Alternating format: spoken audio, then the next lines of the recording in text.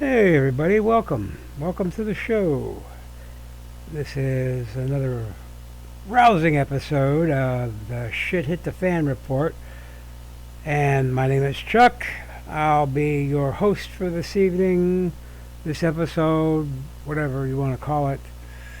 I'm the one doing the talking and the thinking. And you can agree with me, you cannot agree with me. It's all up to you, my friends. Got a big space for comments below. Please give me a comment, even if it's just to acknowledge the fact that you were here listening to this show. Also, you can reach me at terminalpgh@gmail.com. That's terminalpgh, one word, at gmail.com. I may not get to your email right away, but I will answer it within 48 hours. And if you're interesting enough, I may even ask you to appear here on the show. That voice you hear in the background is my sexy computer voice, NVDA. Apparently, something got triggered on screen because of my blindness. I have a screen reader, and it does that.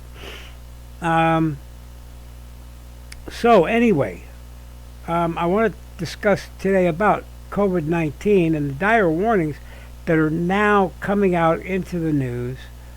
I'm going to be honest with you, this is part two of this episode. I shouldn't say part two. Let me rephrase that. Okay, this is scene two, act one of this episode. It's January 22nd, 2021. And originally when I started this, it was around 10 o'clock in the evening. It is now past that time. I'd say, we got about 10 minutes to go before midnight. You know, I have to change things around a bit. I have to talk because I completely forgot and I misspoke. And let me get, okay, warning. Okay, this is out there. This is something we have to be aware of with COVID-19. They're saying now that the new strain, the variant coming from the UK, is not only more infectious, but it is also more dangerous than first thought. And basically, it's going to be the dominant variant come March. This is the one that most people will become infected with and become the dominant strain by March. A year after I first said, when this came out and I went into lockdown, I told everybody, including my daughter, that this virus would mutate. It's only a matter of science and common sense. And it would mutate to survive, and that's what it's doing. It's trying to survive. Just like any living organism, it is trying to survive. And we're trying to eradicate it. Now, of course, the vaccines that we have currently available to us, when they are available to us, are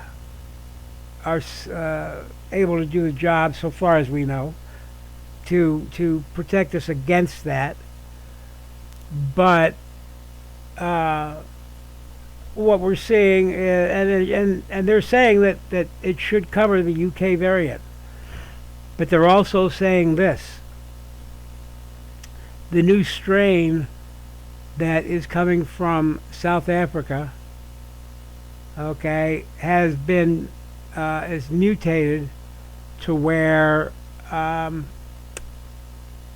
best way to describe it, that it will punch through like a big brute, okay, like a bully on steroids. A muscle-bound brute will punch through those antibodies that you build up inside of you from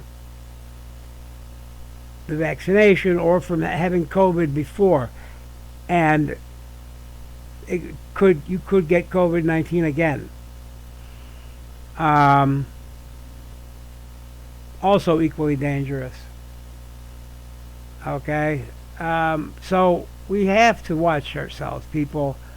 We're still fighting this, no matter how relaxed we may seem right now, and how we say, oh, look, we've got a vaccine out, it's going to be, truthful. That vaccine hasn't reached me yet, okay? Millions of others, we haven't seen it. Most places that are available in our area, at least in my area, they don't have it, and there's waiting lists, and we're just in the first tier of the state's population. I was added later, like the last 24 hours, because I am only 60, not 65 and over. I'm 60, but I do have underlying serious health risks that qualify me to get the injection, to get the vaccination.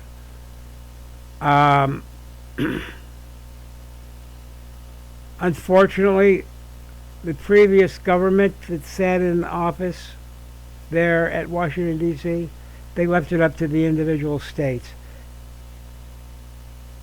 The federal government needs to take over. We need to have a centralized form of taking care of business when it comes to COVID-19. And what we're doing now, even though Uncle Joe, President Biden, is mandating masks in all federal buildings, on transportation, buses, planes, trains, etc. Something that we're here in Pittsburgh are already doing. But there has to be something more. Okay? There has to be something more, because you're still going to have people that are not going to want to follow these rules. You're going to have these assholes out there, okay, that are going to not wear a mask. And what are they going to do? Going to slap on the wrist? That ain't going to teach a lesson. In some countries, you can get fined up to $10,000. Okay? So, we're talking, there got to be some kind of ramifications. And if need be, do a national lockdown, just like they did in the UK. I have friends that live over in the UK. They live in Scotland, and they're in total lockdown. One of my friends has not been able to work, do his job. It's a job that he cannot do from home. My other friend is quite lucky; she's able to do her job from home. So, their situation is much, much worse, and they're in a national lockdown. And here, we might have to go into that as well. We might have to. This is a war. This is what Uncle Joe said in his briefing today. We are at war with this virus. We need to treat it as a war. We need to be on a wartime footing. If you want to be a patriot, if you want to be patriotic and do your duty as a citizen, then you should follow the rules. You should wear a mask, social distance, stop going out and partying and breathing on other people and not wearing a mask, and oh my God, just stop being stupid. And also, hey, I told you, okay, things will get rough. Things are going to continue to get rough. Even the federal government, through mainstream media, has said things are going to get better things are going to get worse before they get better. People, you've got to understand this. I don't know, can I drill it any more into your head? This is something that needs to be thought of seriously. This is our current crisis. We need to get this solved. And the only way we can get back on our feet economically is through controlling this virus. So we can open up the stores and shops and businesses that are not considered essential, that we can get the factories going and get the people back into their jobs.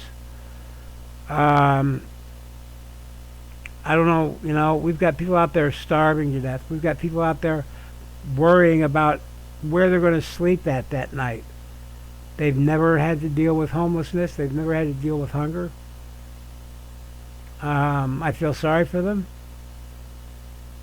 But for all I know, this could be the new normal. This could be welcome to this new normal. Okay, a shift in economics. Who's going to be considered living on the level of, who's going to be poor, below poverty, etc. I've lived this way all my life. Never once, even when I was working, did I consider myself middle class or middle. There was no house in the suburbs. It was always living in a neighborhood that's a working class neighborhood, run down.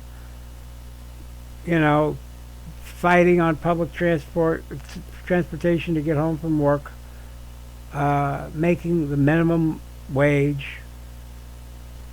It's always been that way.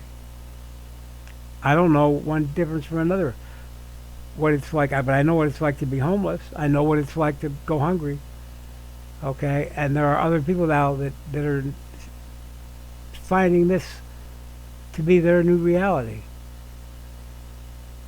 So I want you people that are out there, and we need to help our brothers and sisters out there. Okay, we really need to come together and help these are our brothers and sisters. Okay, do what you can. If you can do something, even if it, donate $5 for a meal, or local church, put in money towards their food bank. Whatever you can do, pay it forward. Buy a meal for someone in need. Okay, you see some people, buy them a meal. It's that simple, So listen, let me tell you this now. Mask up. Self-distance. Go into lockdown. Self-isolate if you have to. We can beat this. Stock up on groceries. God knows. Stock up on water, groceries, vitamins, whatever you have to stock up on, get it stocked up just in case. Because if we go into a nationwide lockdown,